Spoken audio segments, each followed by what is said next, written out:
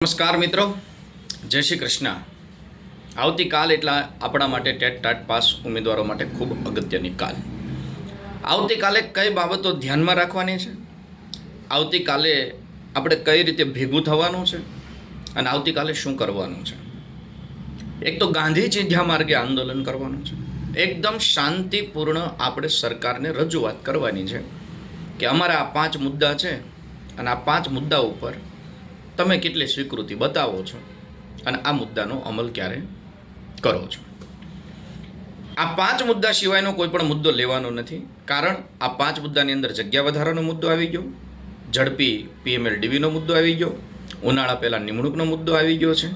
અગત્યના દરેક મુદ્દા લઈ લીધા છે અને એવું નહીં ફક્ત આ ધોરણમાં જગ્યા વધારો, જ્યાં પણ થઈ શકે ત્યાં, અને અગત્યનો મુદ્દો ક્રમિક ભરતીનો મુદ્દો પણ આપણે લઈ લીધો છે. એટલે 5 મુદ્દા મીડિયામાં જ્યાં પણ બાઇટ આપવાની થાય આ 5 મુદ્દા, એટલે કોઈ એવું નહીં કહી શકે કે અમારો મુદ્દો રહી ગયો છે કે અમારો મુદ્દો બાકી છે. અને એકદમ શાંતિપૂર્ણ અહિંસક રીતે કોઈ પણ પ્રકારનું આપણે માહોલ ગરમાય એવું નથી કરવાનું, શાંતિપૂર્ણ રીતે આપણે કાર્ય કરવાનું છે અને એકદમ શાંતિથી. અને બીજું, જ્યાં પણ તમને કહેવામાં આવે ત્યાં તમારે તત્કાલ હાજર થઈ જવાનું છે. જો આપણે હજારોની સંખ્યામાં હશું તો પોલીસ કોઈ ડિટેન કરશે નહીં અને આપણી વાત સાંભળવામાં આવશે. લોકશાહી છે, ડરવાની કોઈ જરૂર નથી. આપણનો અધિકાર છે, આપણે આપણો હક અને અધિકારની માંગણી સરકાર સમક્ષ કરી શકીએ છીએ, એ આપણો અધિકાર છે. એટલે ડરવાની કોઈ જરૂર નથી, કારણ કે આપણે કોઈ ખોટું કામ કરવા જતા નથી, આપણે કંઈ એવો હલ્લાબોલ કરવો નથી.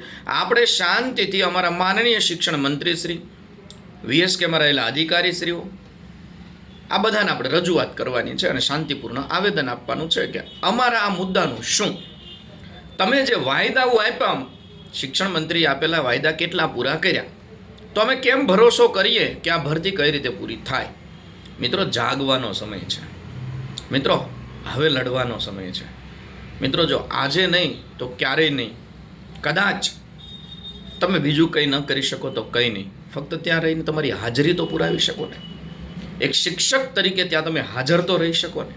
તમારી હાજરી ખૂબ અગત્યની છે, કારણ કે જેટલી વધુ સંખ્યા એટલા વધુ આપણે પરિણામની નજીક હશું. અને જ્યાં પણ તમને લોકેશન કહેવામાં આવે ત્યાં તત્કાલ એક સાથે બધાએ ત્યાં હાજર થઈ જવું. વધારે માહિતી નહીં, પણ ખાસ મેં કીધું એમ આટલી માહિતી દરેક વ્યક્તિએ મીડિયા સમક્ષ મૂકવાની છે. જે આપણે આવેદનમાં 5 મુદ્દા દર્શાવ્યા છે તે જ મુદ્દાને અનુસરવાનું છે. તમારે તમારી રીતે આવેદનની કોપી લઈને આવવાની છે. બેનર તમને એમ લાગે કે આની કલર પ્રિન્ટ કઢાવી છે, કલર પ્રિન્ટ કઢાવી લેવાની છે, પણ સાથ સહકાર આપવાનો છે. અને મારો અંદાજ છે ત્યાં સુધી હજારોની સંખ્યાની અંદર ઉમેદવારો આવી રહ્યા છે. હવે ઘરે બેસીને તમાશો જોવાથી કંઈ નહીં રહે, કંઈ નહીં મળે. ફક્ત યુટ્યુબ કે વોટ્સઅપ યુનિવર્સિટીમાં મેસેજ ટાઈપ કરવાથી કંઈ નહીં મળે. કંઈક મેળવવા માટે તમારે ગ્રાઉન્ડ ઉપર આવવું પડશે. અને કદાચ હું એવું માનું છું કે આ ભરતીને ઝડપી પ્રક્રિયા કરવા માટે આપણી છેલ્લી તક છે. આ તક ઝડપી લેજો. જો આજે તમારી સંખ્યા વધુ છે તો આવતીકાલે કોઈક તમારા માટે અવાજ ઉઠાવશે. આજે તમે આગેવાનોની પાછળ છો, આગેવાનોની સાથે છો, ખભેથી ખભો મિલાવીને ચાલો છો, તો કોઈ તમારા માટે અવાજ ઉઠાવશે. નહીંતર ભવિષ્યની અંદર કોઈ અવાજ ઉઠાવશે નહીં. અને 80% આગેવાનો એવા છે જેને નોકરી કદાચ ગમે ત્યારે ભરતી થાય મળી જાય એમ જ છે. છતાં પણ ભરતી પ્રક્રિયા ઝડપી થાય, દરેકને લાભ મળે એટલા માટે પ્રયાસ કરી રહ્યા છે. અને 200 ઉમેદવાર એવા છે જે દર વખતે આપણને સાથ આપી રહ્યા છે. તો 200 જ કેમ, નોકરી તો તમારે પણ જોઈએ છે. આપણે તો ખાલી અવાજ ઉઠાવવાનો છે, આપણે તો ખાલી રજૂઆત કરવાની છે. ડર છે. જો હજી તમે વિચારતા હોય કે હું ઘરે બેઠા બેઠા યોગદાન આપીશ તો ભૂલી જાજો. ગ્રાઉન્ડ ઉપર આવીને યોગદાન આપો, એ જ સૌથી મહત્વનું યોગદાન છે. ક્યાં તમારે બીજું કંઈ કરવાનું છે? સાથે ઊભું રહેવાનું છે, રજૂઆત કરવાની છે. અને આપણે સરકારશ્રીને વિનંતી કરવાની છે કે ભાઈ અમારી માંગણીઓ પૂરી કરો. તમે વાયદાઓ તો આપો છો, પૂરા નથી કરતા. ક્યારે પૂરા કરશો? વાયદા ક્યારે પૂરા થશે? આવા તમારા કેટલાય વાયદા જતા રહ્યા, તો ભરતી ક્યારે પૂરી થશે? તો આવો મિત્રો, અને પોતાની સાથે બીજા મિત્રોને પણ લાવો.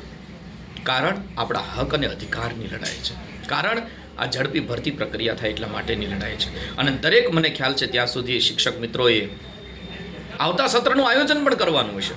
તો આવતા સત્રનું આયોજન જો વ્યવસ્થિત થઈ શકે ક્યારે, જ્યારે આપણું નક્કી હોય ત્યારે, તો આવો મિત્રો સૌ સાથે મળીને આપણે લડત લડીએ અને ગાંધીનગરમાં મળીએ અને આપણી વાત આપણે સરકાર સમક્ષ મૂકીએ. જય હિન્દ, જય ભારત, જય જય ગરવી ગુજરાત.